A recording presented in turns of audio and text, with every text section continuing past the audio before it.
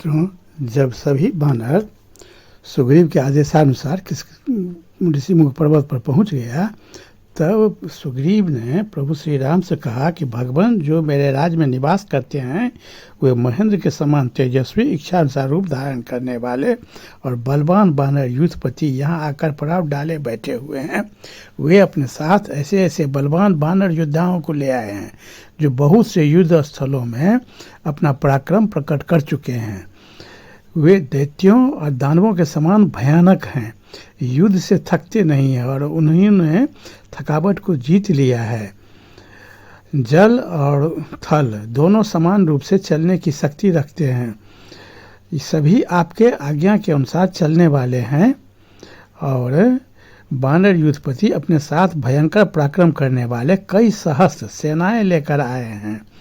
आपकी यह सेना आपके बस में है, आप इसे यथोचित कार्य करने के लिए आज्ञा प्रदान करें।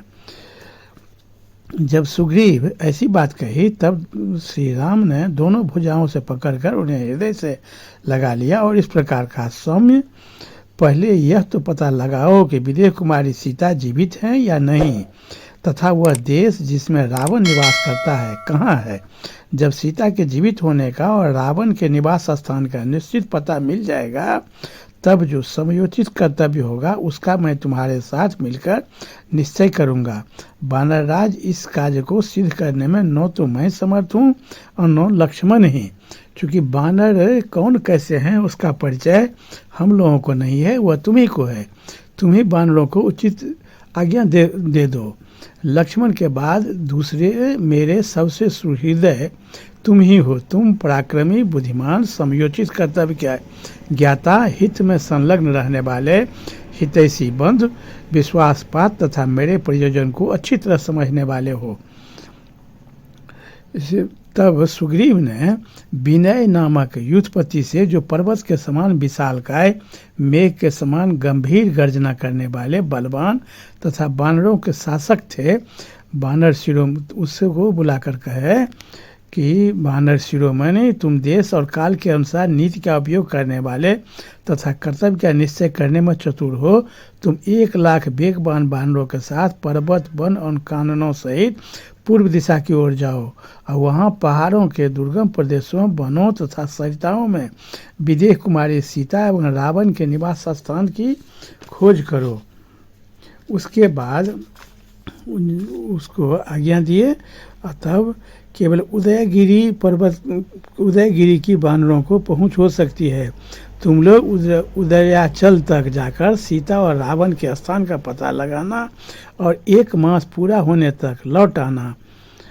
अधिक काल तक वहाँ रह जाएगा तब मेरे द्वारा मारा जाएगा। तो इस तरह उसको आज्ञा देकर के पूरब की दिशा के ओर भेजे। उसके बाद सुग्रीव दक्षिण दिशा के स्थानों का परिचय देते हुए वहाँ प्रमुख वानर वीरों को भेजना प्रारंभ किया। सुग्रीव ने दक्षिण दिशा की ओर चुने हुए वानरों को, जो भली भांति परख लिए गए थे, भेजा। अग्निपुत्र नील, कपिवर हनुमान जी, ब्रह्मा जी के महाबली पुत्र जामवंत, सुहोद्र, सरारी, सरगुल्म, गज, गवाक्ष, गवय, सुसेन, वृषभ, मैंद, द्विज, सुसेन, गंधमादन, हुतासन के 2 पुत्र उल्कामुख और अंगन तथा अंगद आज प्रधान वीरों को, जो महान वेग और पराक्रम से संपन्न थे, विशेषज्ञ वानर राज सुग्रीव ने दक्षिण की ओर जाने की आज्ञा दिया।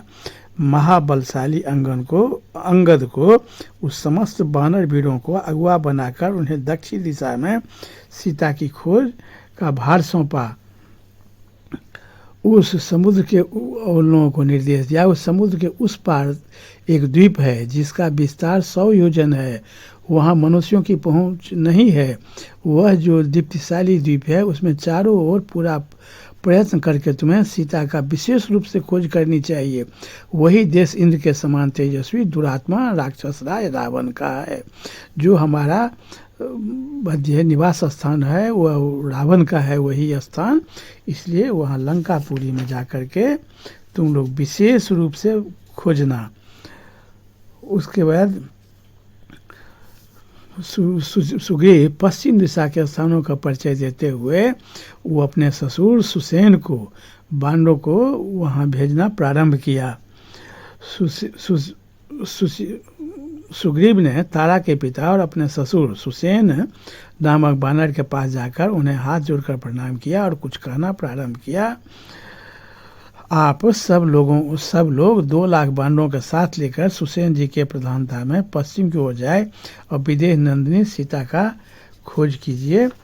तो पश्चिम दिशा की ओर अपने ससुर को भेजा। उसके बाद सुग्रीव उत्तर दिशा के स्थानों का परिचय देते हुए सतबली आदि बानरों को वहाँ भेजा। अपने हितैषी सतबली नामक वीर बानर से श्री रामचंद्र जी के हित की बात बोले।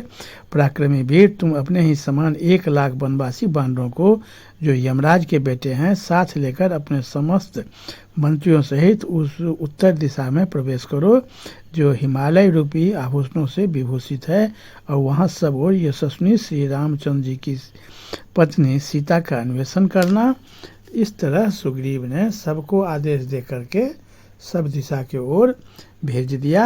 और सभी बानर जब जाने से पूर्व भगवान श्री राम को प्रणाम कर करके और सुग्रीव को प्रणाम कर करके राम और सुग्रीव का जय जयकार करते हुए बड़ा जोश और उत्साह के साथ सभी बानर वहाँ से चल दिया।